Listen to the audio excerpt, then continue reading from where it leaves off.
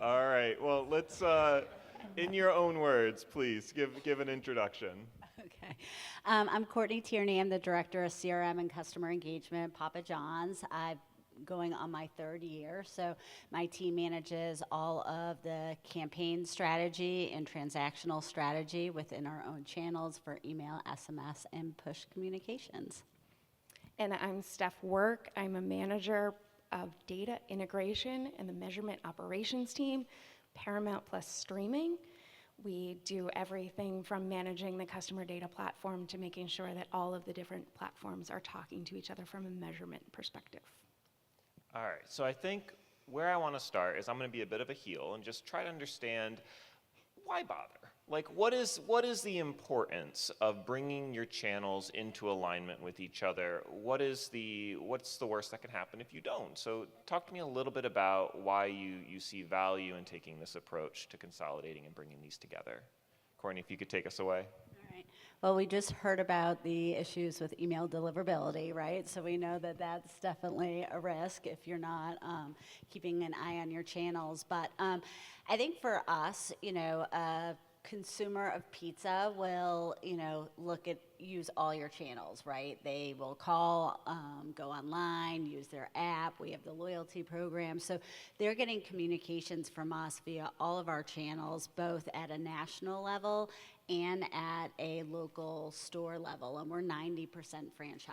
So the franchise owners also are sending email and SMS communications. So we want to make sure that it looks like it's, one Papa John's, right? And that we're being consistent as it relates to our messaging and our offer strategy and even just, our look and feel. So that's what's really important because a couple of years ago, really, it was all coming out of different platforms and different people were managing it. So it really did not look cohesive, right?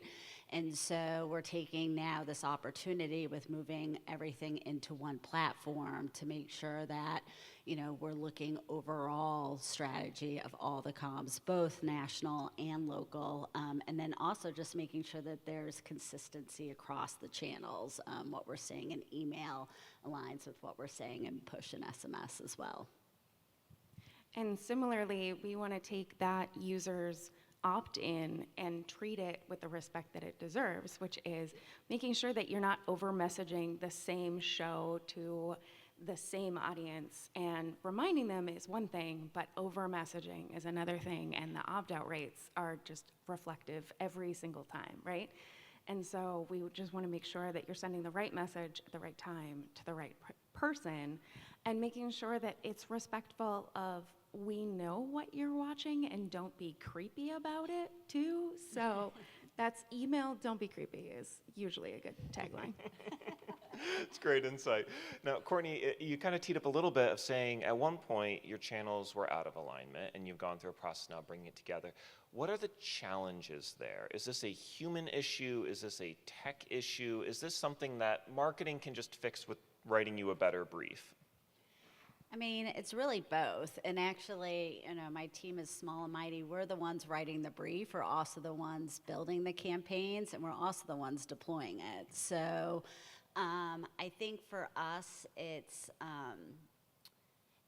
just overall making sure that we're in sync, and especially with the local marketing versus the national, because the franchisees, some of them are large enough that they have their own marketing team, so they can create some really good emails, whereas some of them it's one store, it's one owner, right? And he was just sending emails. And so we've created these dynamic templates that now the franchise owners and agencies can build their emails from these templates that align now with the national templates. And then same with SMS with the same tone of voice, and we're also monitoring how many times they're sending it, because that was the other thing. I mean, we gave them the keys and they were just firing them out, right? So you just need to make sure that we've got that contact strategy as well and that frequency capping, so somebody isn't getting an email every day, but then they purchased, and then you're sending them an email saying purchase. So, we've really reined it in, but it's been a challenge. So a little bit of tech, a little bit of the human wrangling Oh, I element. didn't get to the human part. Yeah. So, well, I did. I did a little bit. I mean, I think for us, it's both. I mean, it's a lot of tech and how do we use it, but also it's the people who need to use it, right? So for our team, we're just small, lean, and mighty. So it's like making sure we have the right priorities in place, and everybody's looking, especially in pizza, how did sales do last weekend? So on Monday, my team could be completely changing out all of our creative that we already built on Friday because we're throwing out a new offer because Domino's is slashing prices. So we have to be quick on our feet, but then we also have to have campaigns that are going to drive that lifetime value, like life cycle campaigns too. So I would say for us, it's both. It's the people who have to think through the strategies and execute, but then it's also the technology. And Steph, I know you're a bit more in the wires and in the back end, but I'm curious, what are the challenges that you're finding when you're trying to bring these together? I would definitely start with it's the people, and I want to be friends with everybody at Paramount because there's a part of every person at Paramount is contributing to how we should be marketing Paramount, right? So it's how we get that engagement on the platform, how people know that a show is even on Paramount Plus is usually because, oh, a friend said, go watch this show. It's not because you got an email in an inbox. As much as we want it to be that, we also know that's not how you share what you're watching. And going back to Paramount's a really big company, and it's coming from a lot of smaller companies that were all pushed together in a big conglomeration, which is really exciting. We have everything from MTV to Nickelodeon to all the different brands, 60 Minutes on CBS News, and trying to get alignment across the board, right, is very similar to saying your franchise partners, because it ends up being part education, part, hey, did you look at the report that was automatically sent to you every Monday, by the way? And looking at that report, we're seeing XYZ, and saying, oh, that is actually very trustworthy data, getting that trust involved. And then that goes into a kind of a backbone that our life cycle strategy team now can rely on to then say, this is how we can build out the brief, and how to write a brief was a Brief 101 to the interns last summer was also extended invitation to literally everybody, because everybody needs to write a better brief, which goes right back to understanding and sharing clear expectations of what the work is half the problem.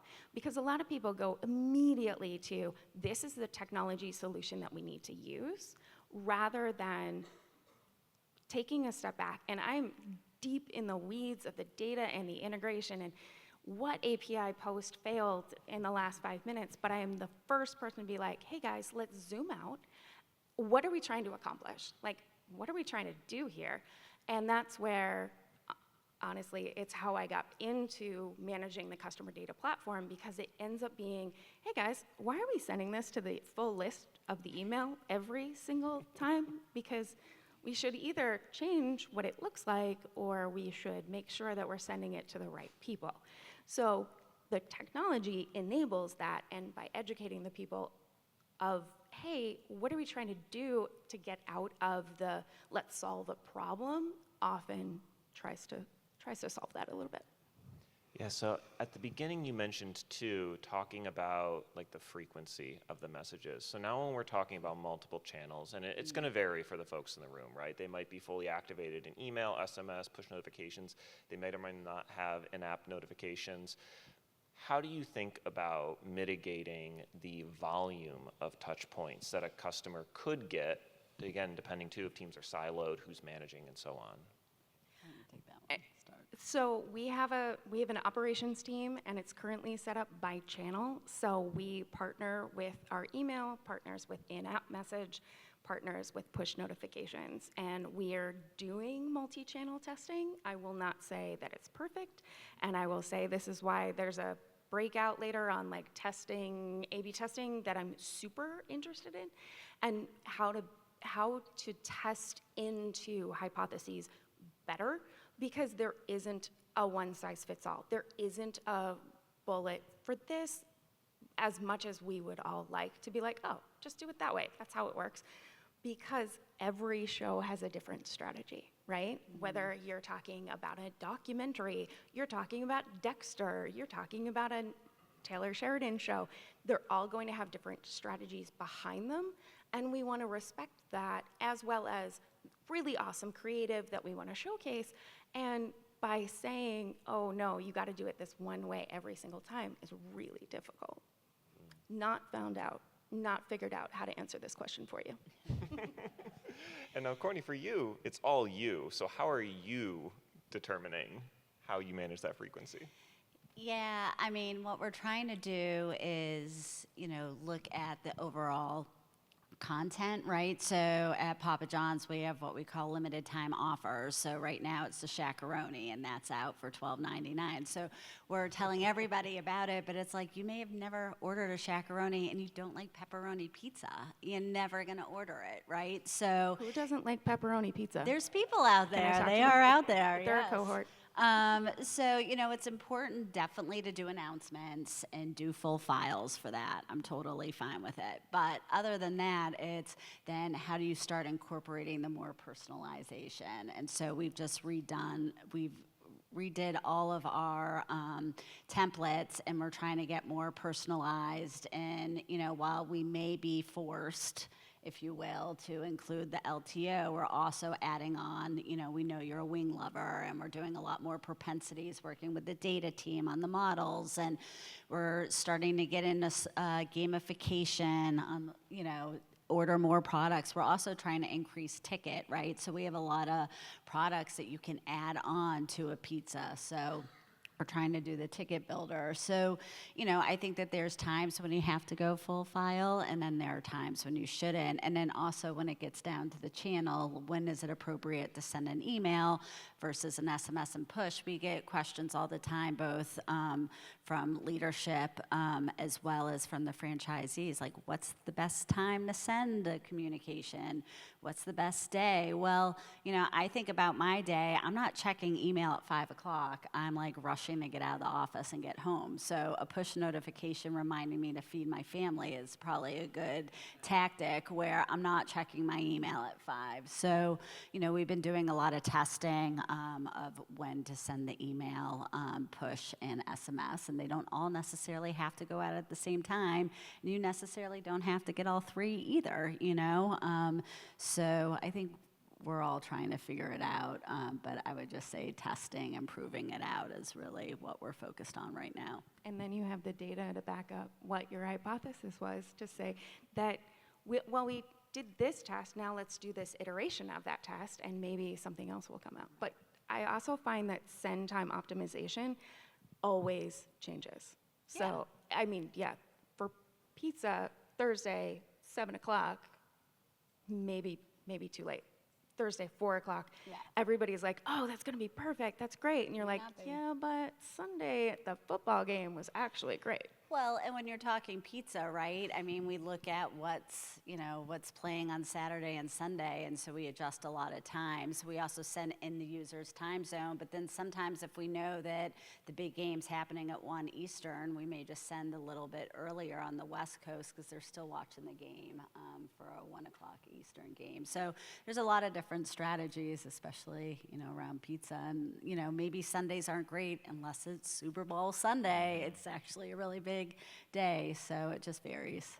Yeah, and for Paramount, we have a lot of timing around if a show drops at 8 o'clock Eastern, and it's going to be a weekly drop, and this is the first episode, or is it the 4th episode? You've got to catch up. So those are going to be obviously sent at 2 different times, because we want you to do it whenever you're watching the show. And then a lot of times we'll revert to, if the user hasn't been eligible, maybe they're not opted in to email or push, and that in a message, is not account related, because obviously that takes priority over everything, right? If we don't have your credit card to bill you for the next month, that's gonna be the number one thing that you see on any platform is, hey, don't forget to visit your account page because we need to bill you next month. Go check your preferences. Please opt in too, so that you get an email about this next time. But we'll also then showcase, hey, did you know that this show is out there? There's a new season of The Chi coming out, and did you know that it is coming out? Because it might not have been messaged to you, it might not have hit the wire yet. Like, all of those different channels have that sweet spot, when to use them and when it's just gonna add to the pile. I love this. And I think you both have started to get into this idea of there might be, at certain points in a customer's journey, a more appropriate channel to tap into. I'm curious if you can give a little more detail around how you think about that. Is it something that you're just testing into? Do you think that there are certain channels that really fit in more appropriately to a welcome cycle versus retention? Within the breadth of the customer journey, where do you see these falling into place?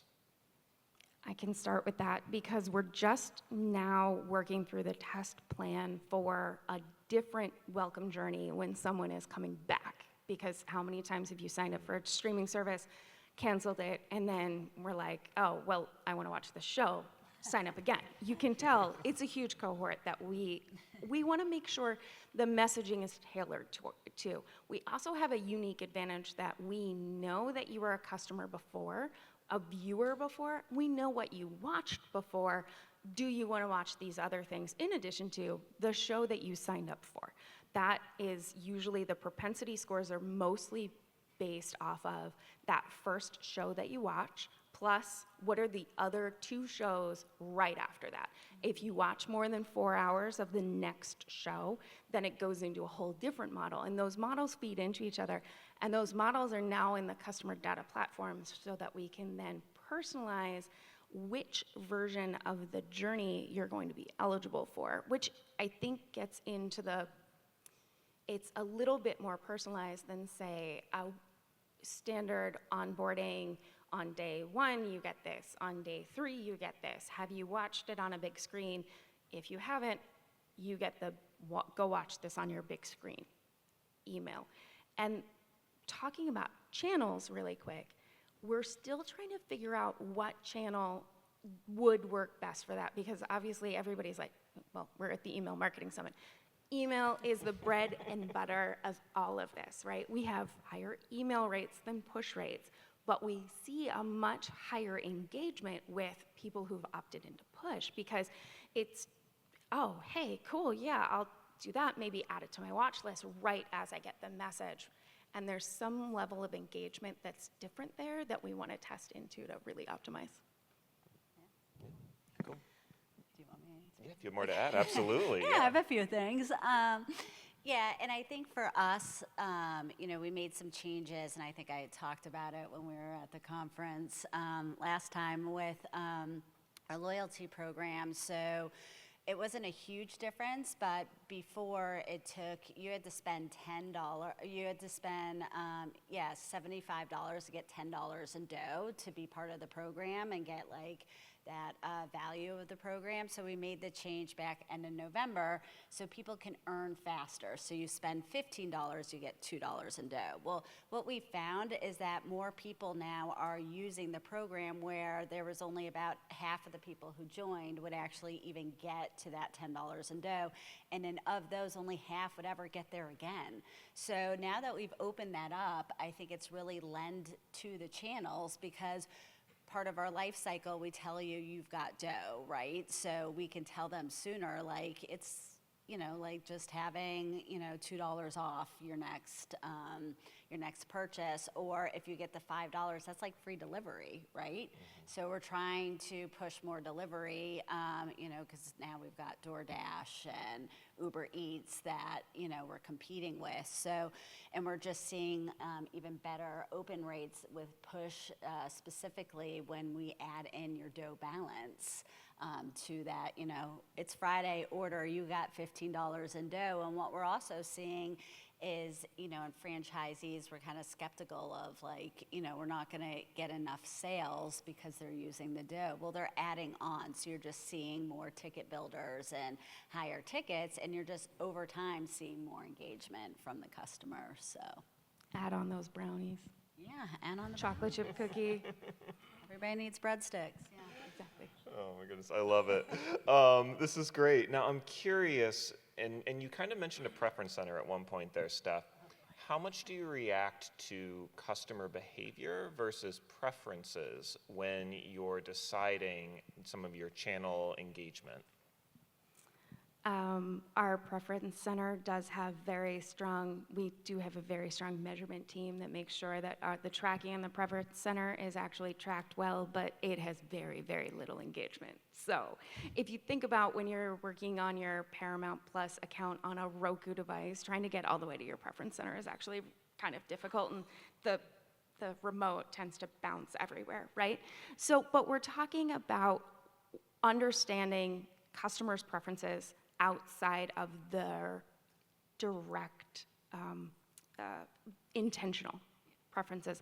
What are their indirect, and what am I doing as a customer, as a viewer, that we could then glean from the data? You know where I'm going with this. Bring it into the customer data platform, say, hey, the people who did this, then did that, now make them eligible for this journey instead of that journey. How do we test into that better to understand, is that a correct assumption that people who did this, then that's what they were trying to do? Or were they just bored that day and they just did that, right? Like, you're talking about viewing behavior, and you're talking about pizza, you're talking about I like pepperoni or not, but trying to understand those data points and making sure that the data's clean, absolutely. That's your foundation on any of this. And then how do you optimize on that and test into it is really where it goes. Yeah, and I would say from our perspective, we don't have a robust preference center. And of the things we do collect, people aren't really providing them. So what we're using now is just fun ways. We just did like a menu matchup. So during the basketball March Madness, we did a, you could vote each day on like 2 different products. So it was wings versus brownies, or it was pepperoni pizza versus cheese sticks. And so we collected that data for the members who voted, and then for each vote, they got $1 of Papa Dough. So it ran for 7 days, and you could earn $7 in Papa Dough if you played every day. And then at the end, the winner got that product, which was the pepperoni pizza, got 30% off for the entire following week. So now we have all that data in our platform, and we've collected that. So now, in addition, we can say, we know you love brownies, add that to to your next order. And I will say it was a big upset. Wings and brownies were literally a point. Oh. So close. But the wings are so messy. It was really Steph, controversial. did you vote in that? Were you the missing vote? I was the missing vote. You might have Clearly, been. I'm so I sorry. presented that at leadership, and they were like gasps. They were like, "What?" Courtney, I'm also realizing I made a terrible mistake. What?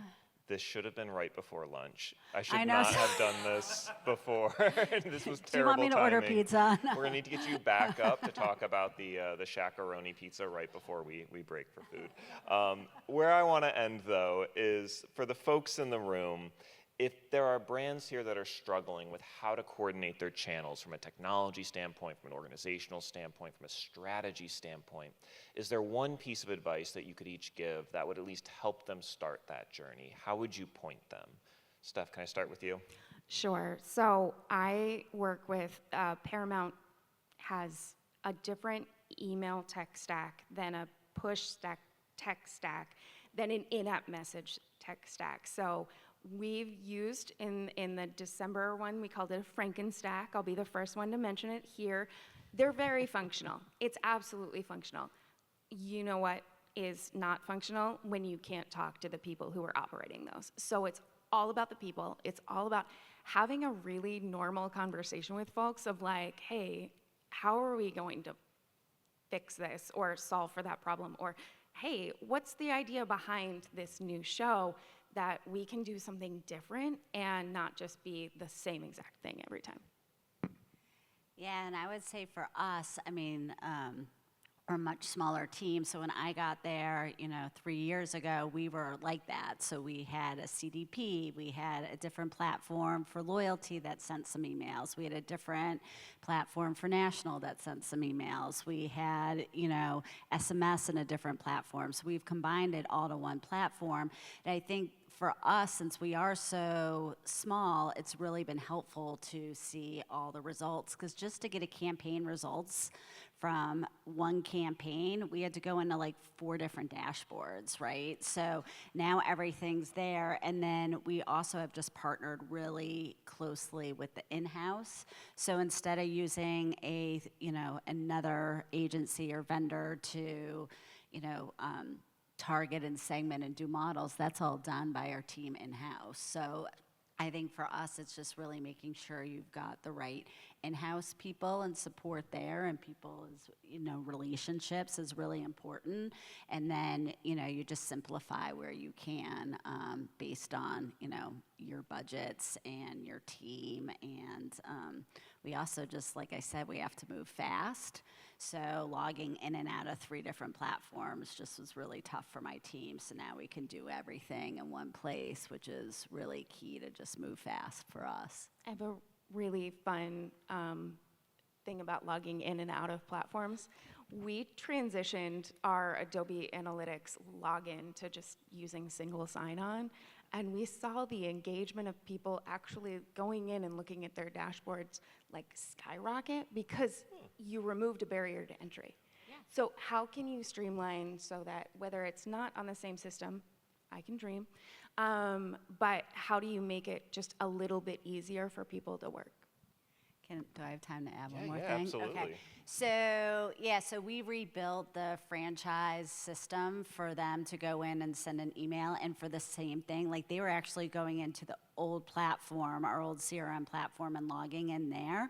So we actually built it outside of that, and they use the same credentials as they do to log in to all of, so it's a single sign-on, and then that also maps all of their stores because they can only send to a list, which is like their stores and their DMAs, so that's all set up in the back-end system. And I mean, that solves so many issues by doing that versus, we had to map everything in the platform, and we had so many issues. I'm also sure that your privacy and governance team are a huge proponent of that. And we want to make all of those folks happy too. Yeah, I've been on their bad list before. I love that this turned into a discussion of logins. This is great. Yeah. Well, Sometimes it's the little things in life that... they're the things that matter, absolutely. Well, thank you so much. I would love to turn it now over to the crowd for the questions that you have. And John, I think we got someone right in the back here, dead center by the doors.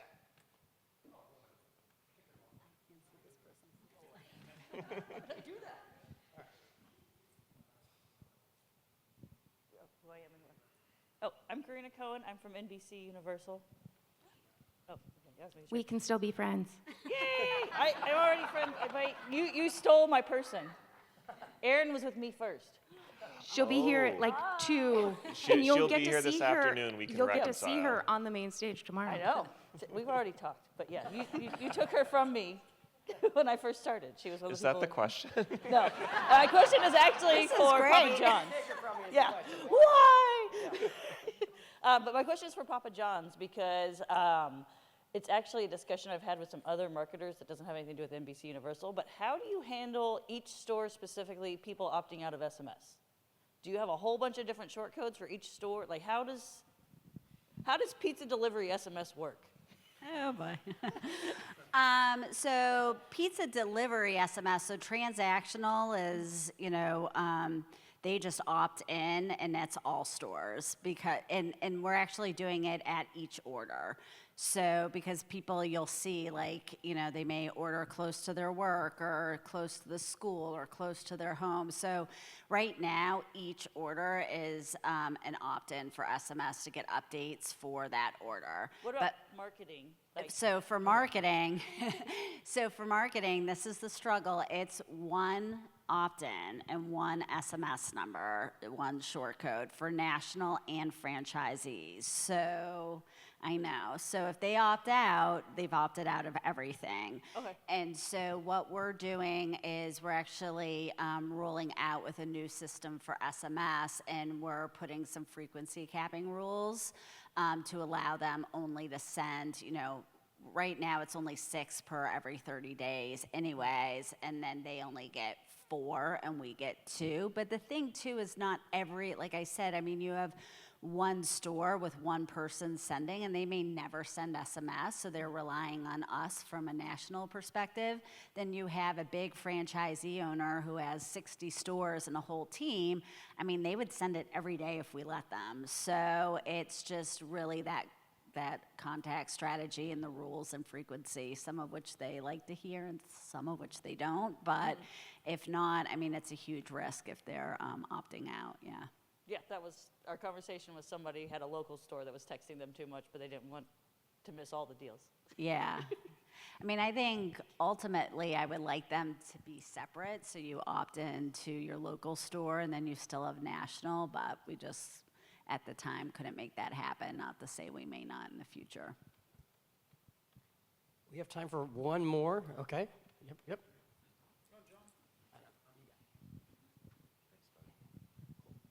My question's for both of you. Sorry, my name's Garen Hobbs with Inbox Army, industry gadfly. So my question's for both of you. Stef, you said a couple things that really resonated with me earlier on. I had a earlier experience where I was doing some consulting for, I think it was All Recipes, and what they were noting that customer preferences were wildly different than customer behavior, right? You look at Preference Center, it's, I want healthy cooking, low-calorie recipes, things of that nature. And what do you think their click behavior was, right? Dirty Cookies. desserts. Cookies. Dirty desserts, comfort foods, things They're of that nature. ordering the brownies, yeah. So without stepping over that line of creepy, what are some of the ways that you both have found to be most effective in reconciling their preferences with their actual behavior? Do you find it advantageous to just be like, hey, we see that you like, or you find it more impactful to take maybe more oblique angles? Hey, people who like this also tend to like.